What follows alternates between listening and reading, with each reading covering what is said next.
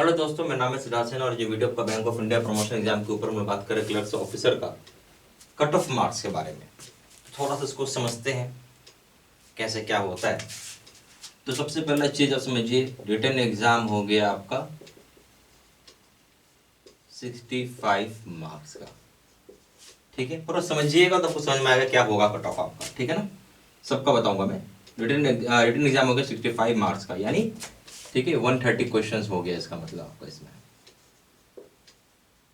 Clear हो गया बात। अब आगे हम चलते हैं। रिटन एग्जाम के बाद आपको यहाँ पे सर्विस के नंबर है। आपको सर्विस में क्या, आपको 1 मार्क्स है 1 ईयर का, यानी पर ईयर का आपको 1 मार्क्स मिलेगा। ठीक है, 20 मार्क्स का यही है।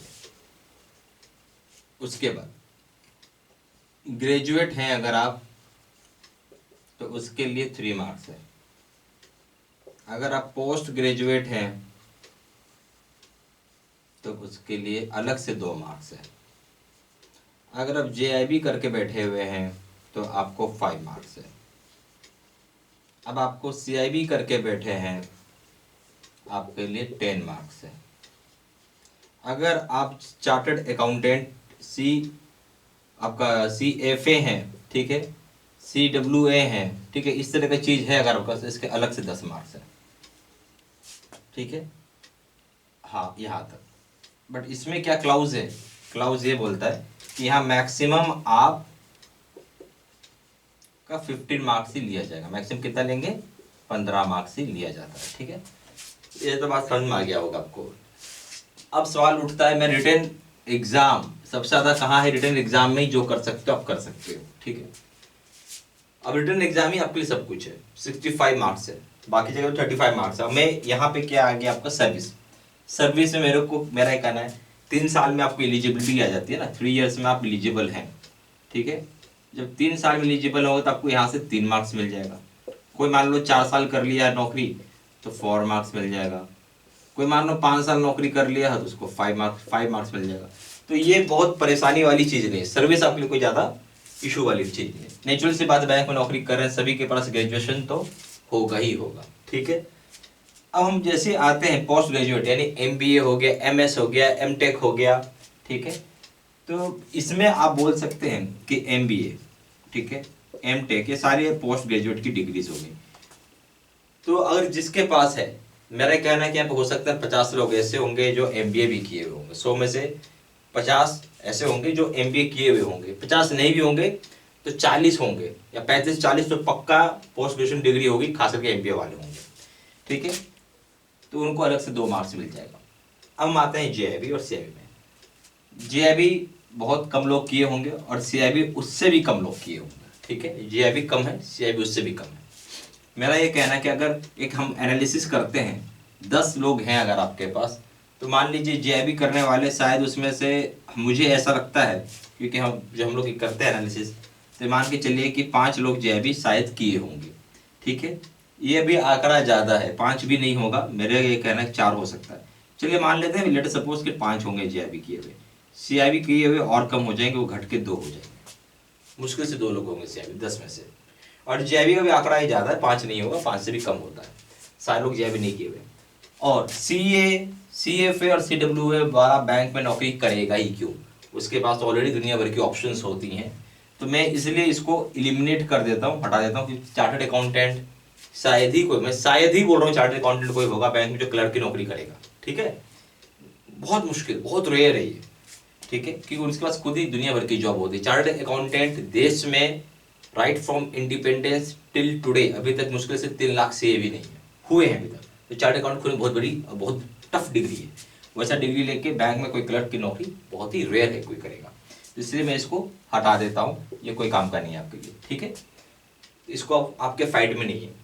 आपको क्या है, सर्विस कर लिया तो हमें 3 नंबर मिल गए यहाँ से। ठीक है, मैं एक मिनिमम लेके चल रहा हूँ और ये 3 नंबर मुझे आ गए हैं ग्रेजुएशन की। कितना हो गया, 6 मार्क्स। समझिए बात, मेरे पास कुछ भी नहीं है ना, मेरे पास मान लीजिए ना JIB है, ना मेरे पास CIB है, ना मेरे पास पोस्ट ग्रेजुएट है। मेरे पास मात्र 6 मार्क्स है। अब मुझे बताइए क्या कट ऑफ लाना होगा। ठीक है, इस बार क्या प्रॉब्लम है, मैं आपको इशू थोड़ा समझाता हूँ तो समझ में ज्यादा आएगा। इशू या प्रॉब्लम क्या है इस बार, सीट यानी जो वैकेंसी आई है वो कम आई है। ये सबसे बड़ी प्रॉब्लम हो गई आपके लिए। यानी जो वैकेंसी है बहुत कम आई है, 532 के आसपास है, 36 होगा जो भी हो, ऐसा कुछ वैकेंसी आएगा, 532 536 जो भी हो, ऐसा कुछ लमसम में आपका वैकेंसी है। एग्जैक्ट वैकेंसी मुझे नहीं सही से याद है, पर ये 530 के आसपास में, 532 हो या 36 हो जो भी हो, ठीक है। तो वैकेंसी कम आई है अगर आप कंपेयर करते हैं लास्ट ईयर से, ठीक है, एंड अगर लास्ट ईयर से करते हैं, लास्ट ईयर का मतलब है आप यहां कंपेयर कर रहे हैं 2022 से 2021 से, तो आपको दिखेगा सीटें काफी कम हो गई हैं।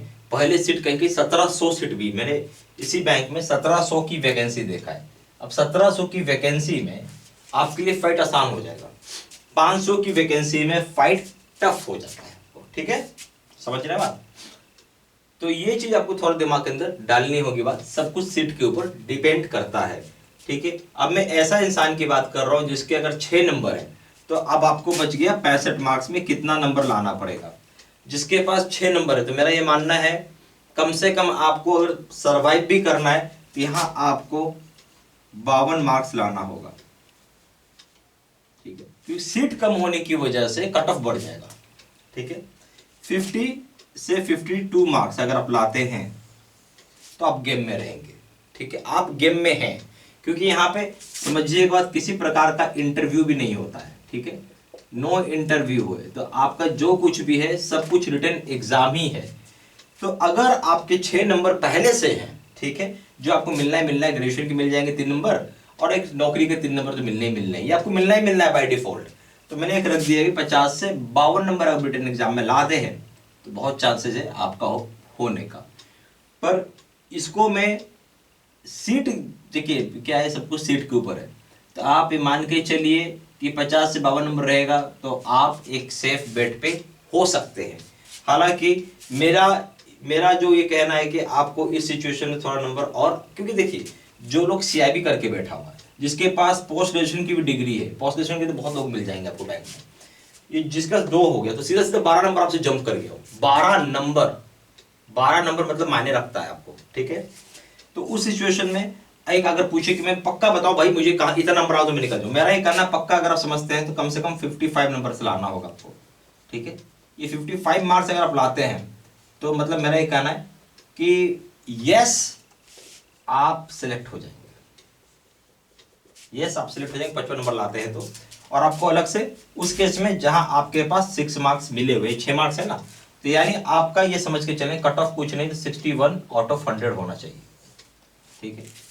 लास्ट टाइम कट ऑफ कम गई थी, उससे पहले और कम गई थी, ठीक है, क्योंकि सीटें बढ़ ज्यादा थी, सीटें कम होगी तो कट ऑफ बढ़ जाता है। और आपको सेफ्टी लेना है, 55 मार्क्स आपके लिए बहुत सेफ जोन है ये, ठीक है, ये मैं ये बोलूंगा सेफ जोन है आपका। और ये थोड़ा सा ठीक है, इसमें भी आइएगा तो भी चांस, इसमें बोलेंगे हम चांस है, ठीक है, और इसमें बोलेंगे हम सेफ जोन है। उस हिसाब से आप नंबर, अब जितना नंबर ज्यादा आएगा उतना नंबर घटा दीजिएगा, ठीक है।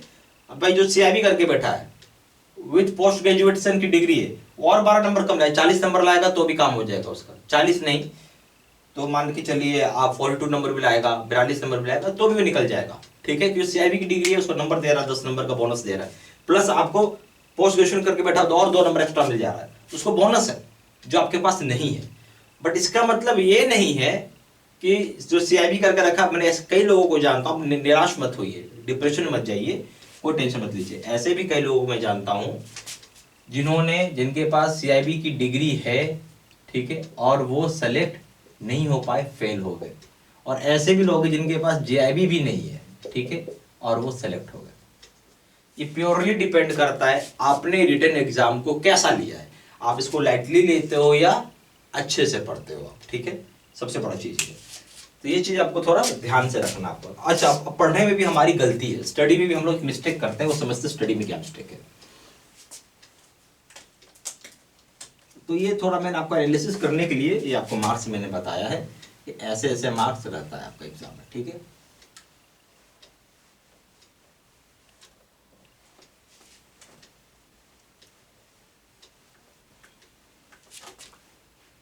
पहला चीज तो आप समझिए कि एग्जाम जो होगा कंडक्ट कौन करेगा, वो पहला तो मिस्टेक बहुत लोग समझते हैं बैंक ऑफ इंडिया, गलत जवाब है, आपका एग्जाम आईबीपीएस लेता है, ठीक है। उसके बाद क्लरिकल का, क्लरिकल एग्जाम के लिए आपको पढ़ना क्या है, ठीक है। तो आप क्लरिकल एग्जाम के लिए जो बैंक ऑफ इंडिया निकालती है, ठीक है, कई सारे मटेरियल निकालती है, तो उसमें ज्ञान ज्योति बोल के इनका मटेरियल है क्लरिकल, इसमें लिखा हुआ है क्लरिकल प्रमोशन। अगर हम बात करते हैं ऑफिसर्स प्रमोशन, मतलब ऑफिसर्स प्रमोशन मतलब स्केल 1 है, आप से आप 2 जा रहे हैं, स्केल आप 2 हैं, उससे आप 3 जा रहे हैं, चाहे स्केल आप 3 हैं उससे आप 4 जा रहे हैं, ठीक है। इस तरह के एग्जाम के लिए बैंक ऑफ इंडिया जो निकालती है मटेरियल, उसका 2 है, एक का नाम है विजेता, दूसरे का नाम है संदीपनी। तो पहला मिस्टेक जो है आपका, फर्स्ट मिस्टेक क्या है, पहला मिस्टेक तो आप ये समझो एग्जाम लेता कौन है उसके ऊपर मैं बाद में बताऊंगा। और सेकंड मिस्टेक हो गया आपका मटेरियल, पढ़ना था क्लरिकल का, आप पढ़ बैठे ऑफिसर का, पढ़ना था क्लरिकल का, पढ़ बैठे ऑफिसर्स का। ये जो ज्ञान ज्योति है इसमें आपको 2 चीजें मिलती हैं, जनरल बैंकिंग और सर्कुलर्स, ठीक है। जनरल बैंकिंग और सर्कुलर्स इसमें होता है सब कुछ, ठीक है। तो आपको पढ़ना था ज्ञान ज्योति, पढ़ लिया आपने ऑफिसर वाला विजेता और संदीपनी, जो आपसे रिलेट नहीं करता है, ठीक है। एक वो मिस्टेक है आपका। अच्छा, अब एक चीज, संदीपनी है क्या, संदीपनी इज नथिंग बट आपका जो सर्कुलर्स होता है उसी सर्कुलर्स का ये जिस्ट है आपका, ठीक है। जिस्ट का मतलब है बहुत डिटेल्ड में है ये, ठीक है। जो आपके लेवल पे डिटेल्ड आपको नीड ही नहीं है, आपको नीड नहीं है डिटेल्ड का, ठीक है। तो संदीपनी में ये सबसे बड़ा चक्कर है, ठीक है। Sandipani is nothing but circulars, circulars में बहुत डिटेल्ड में वो सर्कुलर्स है आपका, ठीक है। ऐसे मिस्टेक्स जो आप करते हो वो समझना होगा। तीसरा चीज, अगर मान लेते हैं कि जो बैंक ऑफ इंडिया है, ठीक है, ऐसा मान लीजिए आपके पास लास्ट ईयर का भी कुछ भी हो, लास्ट ईयर का मान लेते हैं ज्ञान ज्योति है, ठीक है, विजेता है, कुछ भी हो, मैं जस्ट एग्जांपल देने के लिए, संदीपनी है, कुछ भी हो, तो आपका जो कंटेंट होता है, यानी कंटेंट जो होता है, ठीक है, वो सेम होता है, सिर्फ कवर पेज चेंज होता है, ओनली कवर पेज चेंज होता है। आप खुद से टैली करके देख सकते हो। आप क्या करो, मानो 2023 है, 2022 का निकालो, दोनों को टैली करके देखो, क्या करके देखो, टैली मिला के देखो, आपको दिखेगा पूरा सब कुछ सेम होता है। कंटेंट से मतलब चेंज क्या कर देंगे, मान लो एक एग्जांपल है अटल पेंशन योजना, ठीक है, 2020 में चेंज हुआ ये, सर ये तो चेंज ही नहीं हुआ आपका, इसमें हम आते हैं प्रधानमंत्री जन, ये प्रधानमंत्री सुरक्षा बीमा योजना, इसका प्रीमियम चेंज हुआ है 2020 को। तो जो चेंज हुआ आज भी है, कोई नई चीज तो है नहीं, वो सेम ही आपको मिलेगा। तो अगर हम नया भी पढ़ते हैं, ठीक है, इवन आप पहले से पढ़े हुए हो, ठीक है, तो कोई दिक्कत नहीं, नया भी आप पढ़ते हो, तो चेंजेस अगर हम बोलेंगे, चेंज मुश्किल से आपको 5% का चेंज दिखेगा, इस तरह का चेंज नहीं। तो आपको बहुत ज्यादा परेशान होने की जरूरत नहीं, अगर आपने पहले से पढ़ रखा है, पुराना मटेरियल ही हो, कोई फर्क नहीं पड़ता है। अरे भाई नया मटेरियल पुराना मटेरियल कुछ चेंज रहेगा तब तो आपको घाटा है, चेंज मुश्किल से 5% रहेगा, मुश्किल से 5%, उसके लिए परेशान होने की आवश्यकता आपको है ही नहीं। तो आपका सबसे पहला मिस्टेक क्या है, आपको ये नहीं पता चला एग्जाम ले कौन रहा है। दूसरा मिस्टेक है पढ़ना क्या था, पढ़ लिया क्या आपने। तीसरा मिस्टेक क्या है, आपको ये लगता है कि पूरा स्टडी मटेरियल ही चेंज हो जाता है। भाई मिला के देख लो ना, देखिएगा मुश्किल से 5% का चेंज है। अच्छा, अब हम आते हैं चौथी चीज पे, चौथा जो प्रॉब्लम है आपको,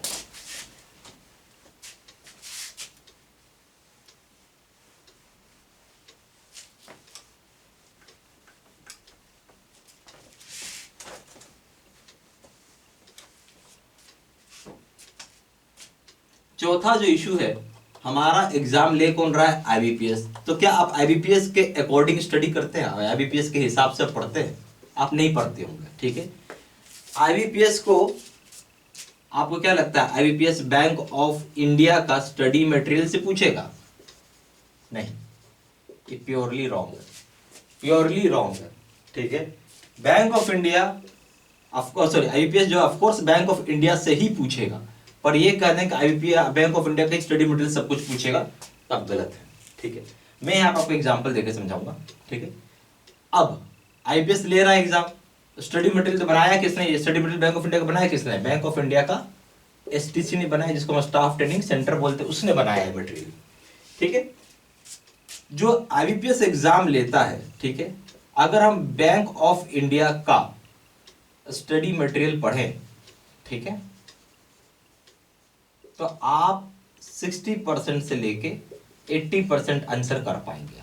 ठीक है, बाकी के बचे जो एक्स्ट्रा टॉपिक्स है, या हम बोलेंगे आउटसाइड बीओआई का जो मटेरियल है, मैंने बीओआई के मटेरियल से बाहर का चीज पूछ लिया, वहां पे आप समझे 20% से लेके 40% का सवाल आता है। और ये रीजन है जिसकी वजह से लोग फेल कर जाते हैं या हाई स्कोर आप नहीं कर पाते। फेल कर जाते हैं, क्या बोल सकते हैं, फेल नहीं बोलेंगे हम इसे, हम बोलेंगे हाई स्कोर नहीं कर पाते।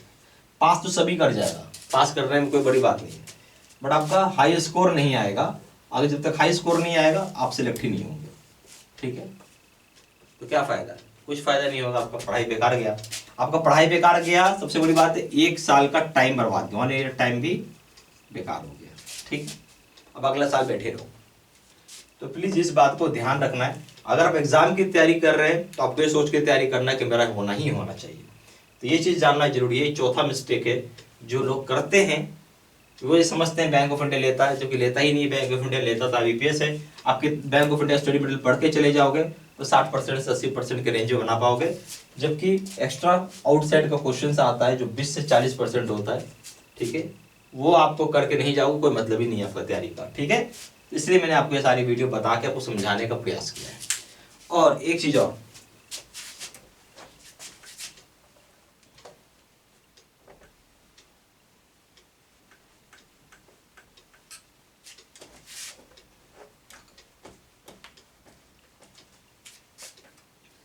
हम लोगों ने ऑलरेडी जो जो हमारे यहाँ कोर्स कर रहे हैं, ठीक है, प्लीज आप सारा सर्कुलर्स पढ़ लो। ये ऑलरेडी अपडेट किया हुआ है आपका 3 सितंबर को 2023 को ये अपडेट किया हुआ है। और जो जनरल बैंकिंग है ये भी इसमें पूरा अपडेटेड है। तो आप प्लीज ये करके जाइए। जनरल बैंकिंग का मतलब यहाँ पे ज्ञान ज्योति, ठीक है, ये पूरा अपडेटेड है, इसको आप करके जाओ, पूरा पढ़ो। ठीक है, प्लीज पढ़ के जाइए। जो लोग कोर्स करना चाहते हैं वो कोर्स भी कर सकते हैं। हमारे पास बैंक ऑफ इंडिया का 0 to 1 का प्रॉपर स्टडी मटेरियल होता है। ठीक है, और यहाँ पे क्या होता है, सारा का सारा रिकॉर्डेड वीडियोस होता है, जिसको कि आप वॉच कर सकते हैं एट एनी टाइम, जब आपको समय मिले अपने देख लो, सुबह शाम रात दोपहर। ठीक है, जब आपको इच्छा हो। ठीक है, इसको रहेगी बात एक्सेस कैसे करेंगे, बहुत सिंपल है। आप इसको एक्सेस वेबसाइट या फिर पोर्टल से कर सकते हैं। आपको करना कुछ नहीं है, आपको सिंपल सा अपना यूजर नेम और पासवर्ड डालना है, जो कि आपके ईमेल आईडी पर आया हुआ होगा। ठीक है, ये सिंपल सा चीज है। अब हम आते हैं इसकी कोर्स कंटेंट के ऊपर।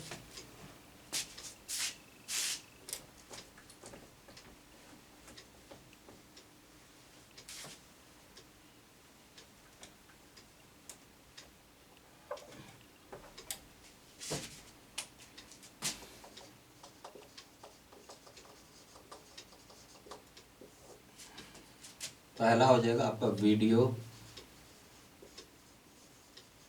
लेक्चर कोर्स, दूसरा हो जाएगा आपका सर्कुलर्स के वीडियोस, तीसरा हो जाएगा आपका ज्ञान ज्योति का वीडियोस, चौथा हो जाएगा आपका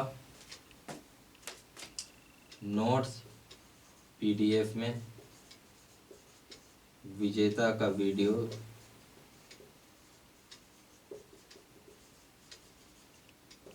छठा हो जाएगा आपका संदीपनी का वीडियोस, सातवां हो जाएगा आपका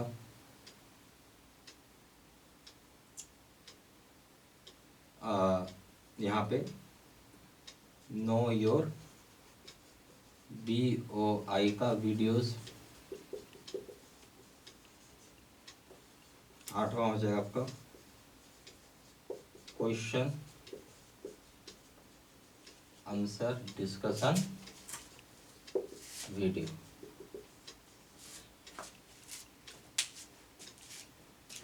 ठीक है,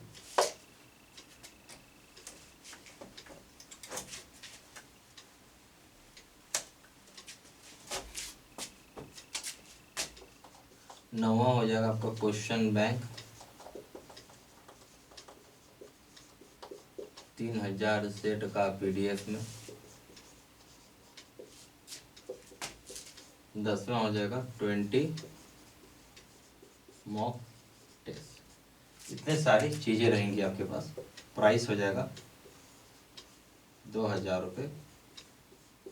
6 महीने की वैलिडिटी के लिए, 6 मंथ्स वैलिडिटी के लिए। और जो दूसरा हो जाएगा उसका दाम हो जाएगा 3000 रुपये। लाइफ लॉन्ग वैलिडिटी के लिए। मर्जी आपकी, जो चाहे वो कोर्स कर सकते हैं, चॉइस आपकी अपनी होती है।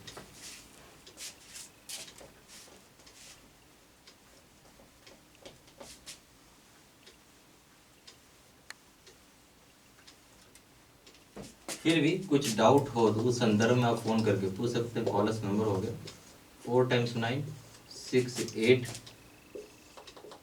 5127, या फिर वेबसाइट पर जा करके उधर से आप हमें ऑनलाइन पेमेंट भी कर सकते हैं। हमारा वेबसाइट हो जाएगा www.jaiibcaiibstudymaterial.com। ईमेल ID हो जाएगा sidsinha123@gmail.com। सारा इन्फॉर्मेशन इसी वीडियो के डिस्क्रिप्शन बॉक्स में डाला हुआ है। Thank you very much.